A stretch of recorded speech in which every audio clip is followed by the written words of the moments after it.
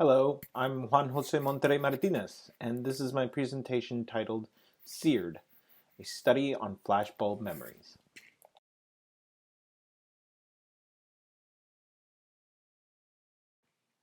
Let's start with a definition of what a flashbulb is and what a flashbulb memory is not. So, flashbulb memory is going to involve an acute awareness of what is going on in a certain event. This event can be pretty significant and it will bring up some emotions, but they're not going to be as intense as they are when they're compared to like a traumatic memory where we're going to remember the unevenness of vividness and a lot of details, but some of the emotions that might come up are much more intense. So these are emotions about anxiety, intense fear, or maybe even panic. The following example became the prototype of the study of flashbulb memories. It was November 22nd, 1963, when JFK was assassinated, and the tragedy presented the opportunity to study how the collective experience could be used to study memory.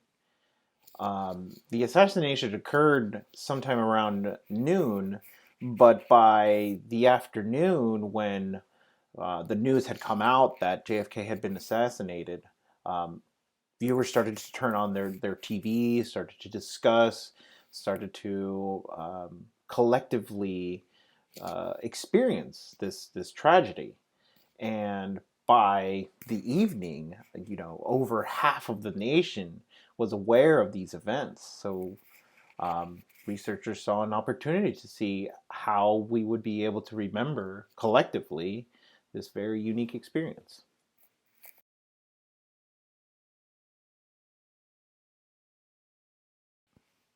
When researchers Roger Brown and James Kulik uh, heard about the president being shot and how the media was covering and how really the whole nation was collectively experiencing this, they took the opportunity to reach out to people and ask them how they are um, feeling and what they were thinking and where they were at the time of the assassination.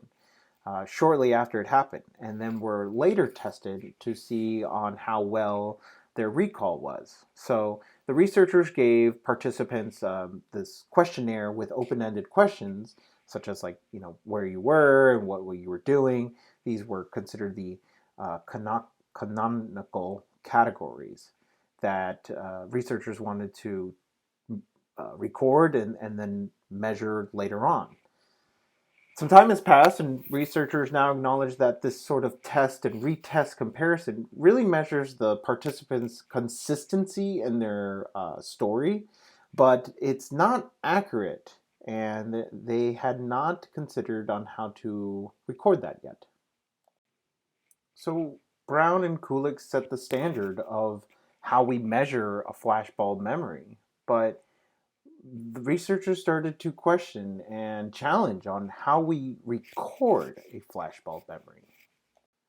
Timing is an essential element to recording flashbulb memories.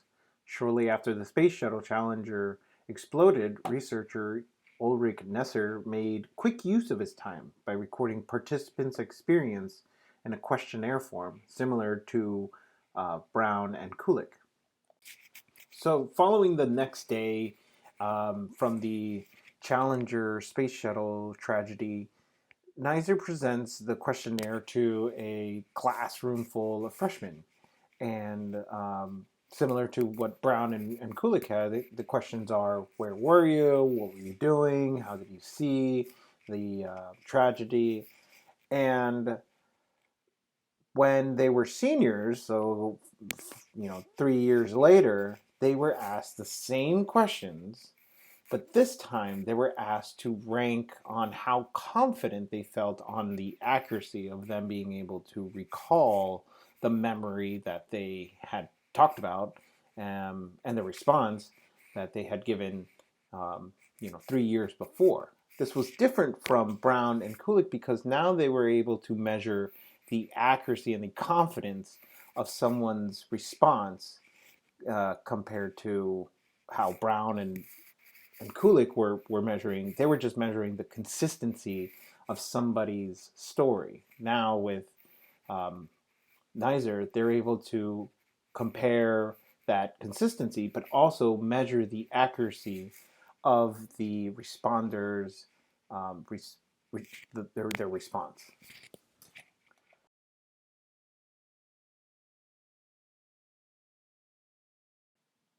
Over time, different models have been conceptualized to help explain the mechanisms for creating the flashbulb memory. First, we had the photographic model created by Brown and Kulik that try to think of it like an immediately like a photo. You know, if this event is really high in surprise, there's high consequences, and there's a lot of emotional arousal. Like a picture, you just capture that moment. It's your flashbulb memory. However, the comprehensive model considers the interconnected relationship that have to do with the surprise, the personal importance, and the emotional arousal. So, uh, so for example, in the JFK assassination, perhaps if you were a big fan of the president, if you were a Dallas resident, all of those factors would have influenced your memory on that day. The emotional and integrative model also considers how positive emotions influence the rehearsal of that memory. So when something good happens, we tend to talk about it often with other people because we're social creatures and we like to discuss these things. But we're more likely to talk about the good um, events that happen. And the importance-driven emotional reaction model is sort of like the need to have emotional intelligence about every time some sort of emotionally arousing event occurs. We need to determine whether if it's really important that I remember this or not.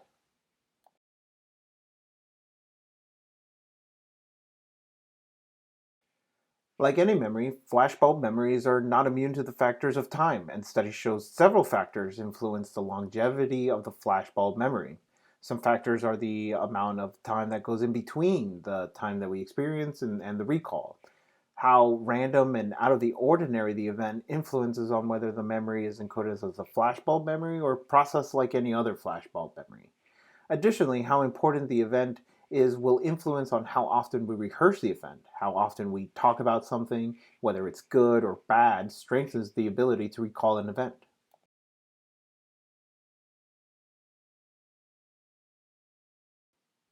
Not all memories are stored the same, and not all flashbulb memories are retained in the same way. Studies have shown that there are differences between um, younger adults are more likely to form flashbulb memories more readily, more often than older adults. Women tend to produce more vivid details of the events and they're recalled better in comparison to men. And also, there's cultural differences. Western, more individualistic centered societies, those memories will be more about the individual compared to Eastern societies where there's more of a social setting. They will remember more of how everyone else was feeling at the time of the event.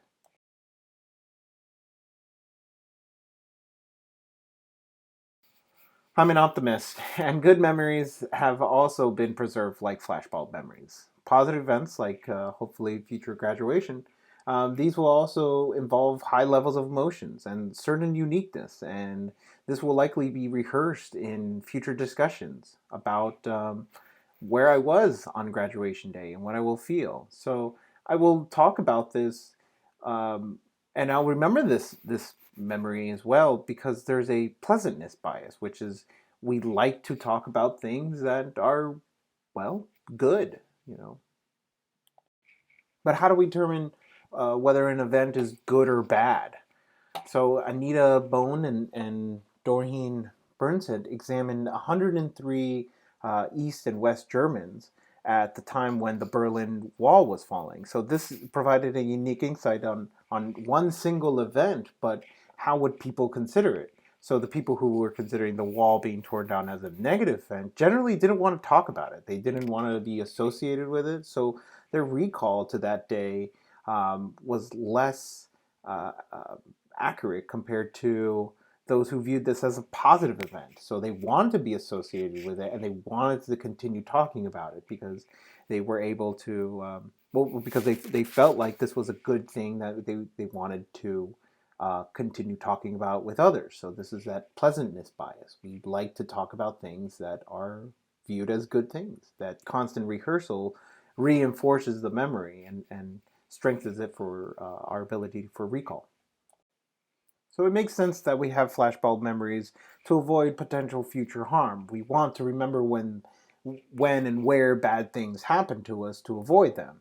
But also it's important that we don't only remember the bad, because if we were to just identify as, these negative memories, these harmful events, then that would be dysfunction to us. We need to also have the positive and the good memories so that we can be social and talk about good things, and that will be beneficial to our overall well-being. This is my conclusion of my presentation. Thank you for your time.